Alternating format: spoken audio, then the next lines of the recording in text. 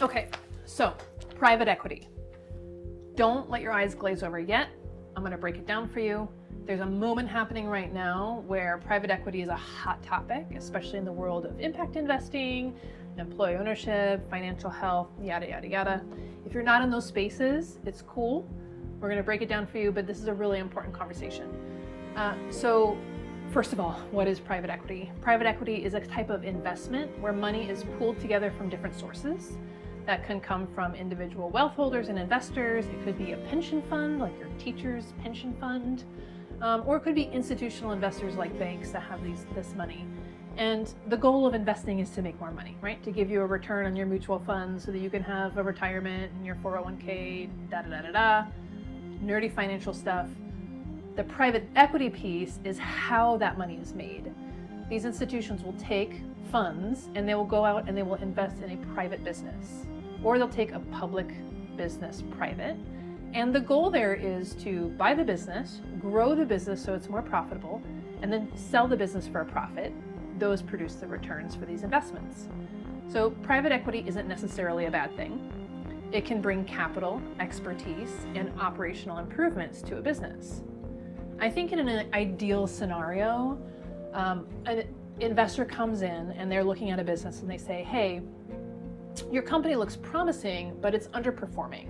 And I have expertise in this space and I can help you build a better business so that you can become more profitable, you can expand, open up that second restaurant, whatever it is, so that your business can be successful.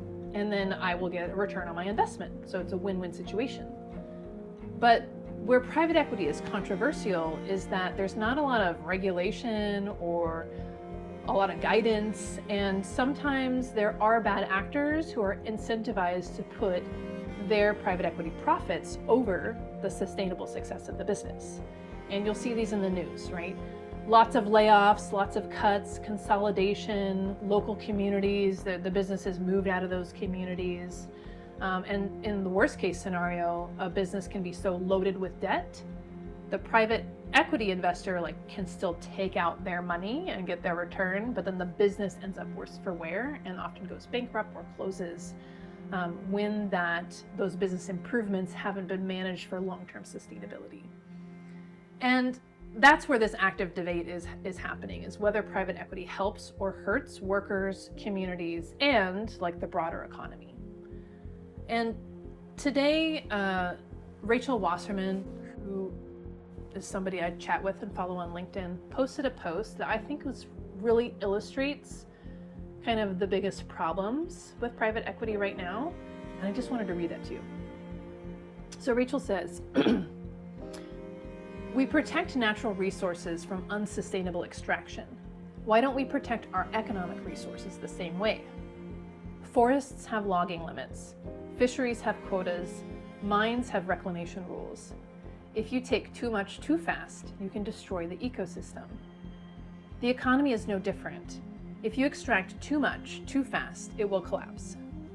Buyout private equity firms are allowed to extract unlimited value with zero obligation to replenish it. They can drain cash flow, sell off assets, slash jobs, and leave a wreckage behind. No investment, no innovation, no accountability. And when they do this, they make out like bandits.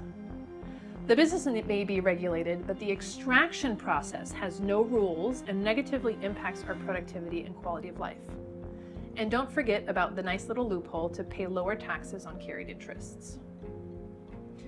We'd never let someone strip mine a forest and walk away, so why do we let them strip mine the economy? Much of this money is repatriated to other countries and not reinvested domestically.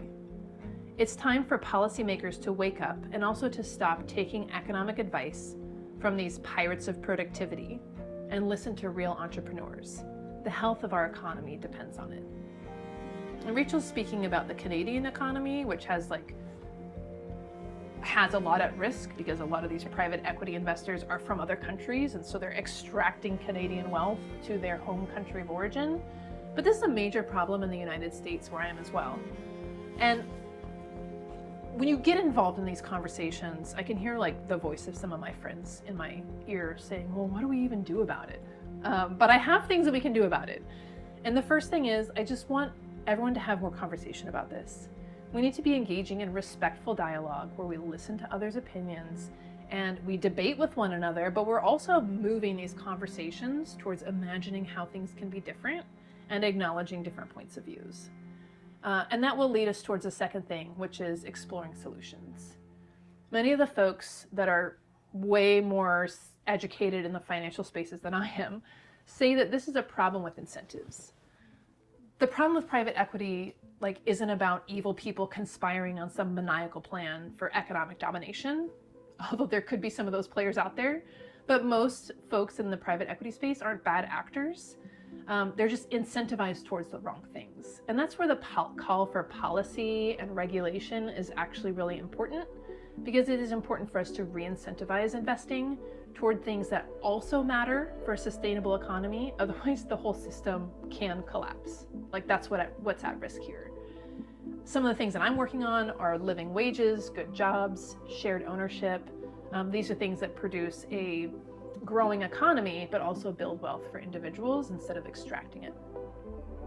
And thirdly, for those of you who are wealth holders or investors, or you're involved in sort of this wealth management advisory practitioner space, first of all, don't feel attacked by these conversations. Your work might be associated with this work, but rather than feeling attacked, just do some deep listening to understand how this work is impacting communities and workers across our countries.